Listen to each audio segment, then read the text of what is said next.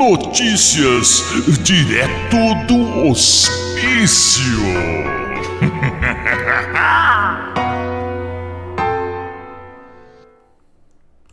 Olá, eu sou o Ricardo Manário e esse é o Notícias direto do hospício. Hoje, sexta-feira, 30 de janeiro de 2026. Sejam todos bem-vindos, meus amigos e minhas amigas. Aproveitem a alegria da sexta-feira, fim de semana, chegando. Então curta esse vídeo, só tá dando um terço, né, das visualizações e curtir. Pô, é só dar o joinha, comente no chat, compartilhe esse vídeo e inscreva-se no canal. Pessoal, já chegamos a mais de 1.600 inscritos, estamos indo bem, mas se cada um de vocês inscritos conseguirem mais um, chegaremos à nossa meta de 3.000 até o final do mês de fevereiro. Bom, pessoal, duas coisas importantes. Primeiro, nos últimos dias, nós conversamos sobre a presença de Eduardo e Flávio Bolsonaro lá em Israel, né, a participação deles no dia de lembrança, né, do Holocausto. Comentamos a respeito disso, falamos Israel, falamos do discurso do Flávio Bolsonaro. Eu espero que vocês os acompanhem nas redes sociais, no X, né, o antigo Twitter, no Instagram. Eles trazem novidades o tempo todo. Eles foram esses dias para outros países da região, né, mantendo contato. É o que eu falei, é muito importante essa postura internacional de um candidato potencial à presidência da República e demonstrar de forma clara de que lado eles estão na história. Então vejam, mas eu reservei para o final do vídeo aquele que eu considerei o momento mais emocionante da presença do Flávio lá. Eu acredito que muitos de vocês também irão se emocionar. Muito bem, pessoal. Hoje é sexta e eu vou tentar, sextas-feiras, trazer assuntos bons. Pelo menos eu considero bom. Todos vocês sabem e já ouviram falar e ouvem o dia inteiro falar, né, da JBS, dos irmãos Batista, do Wesley e do Joesley Batista. Pois é, pessoal, né, esses caras que foram em cana, lembram que eles fizeram uma delação premiada, né? Aí ele fala assim, eu doei 80 milhões para Dilma e 70 milhões pro Lula, não sei se foi ao contrário. Lembra aquela gravação que o Joesley fez numa conversa privada com o Temer, em que o Temer falou assim, nós precisamos estancar essa sangria. E depois coisas estranhas aconteceram. Já assistiu o documentário da Timeline? Assista lá.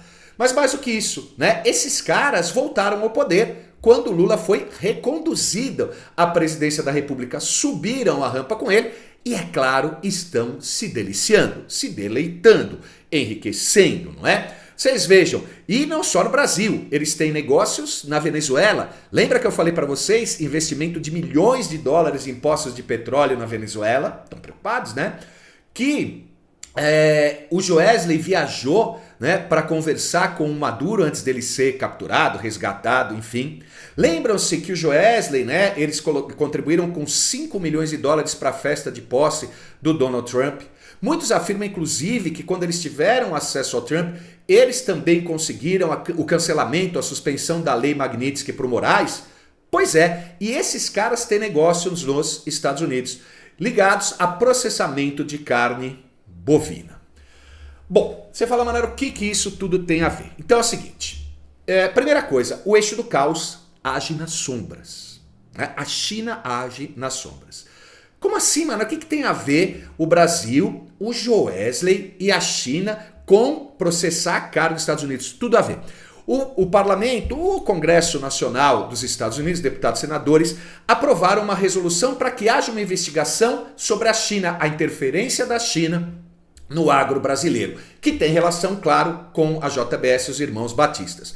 Inclusive, um deputado dos Tennessee, deixa eu ver o nome dele aqui, Tony Bucket, não é? Enviou uma carta para o Departamento de Justiça norte-americano pedindo a investigação de empresas que, segundo ele, estão fazendo um cartel de frigoríficos, como eles chamam, né, no processamento de carne bovina nos Estados Unidos. Então, primeiro, pessoal, o que é cartel? Né? Se você não sabe, cartel basicamente é assim. Quando empresas, nesse caso, né, são acusadas 4 empresas. Quando empresas fazem acordos secretos por debaixo do pano para ninguém saber, para controlar determinado segmento da economia. Nesse caso, o processamento de carne. O que isso proporciona às empresas? O controle total sobre o mercado. Eles determinam os preços que eles vão pagar para quem produziu, os preços pelos quais eles vão vender, né? Eles podem controlar. Aliás, isso é uma das maiores violências contra o livre comércio. né? Então, ele escreveu uma carta exigindo que isso seja investigado. Olha lá, pessoal, um trecho da carta. Diz ele: peço ao Departamento de Justiça priorize recurso para agilizarem essa investigação, entregar justiça aos agricultores americanos e fortalecer nossa cadeia de alimentos domésticos. Por favor, forneça ao meu escritório atualizações oportunas à medida que o desenvolvimento disso ocorrer.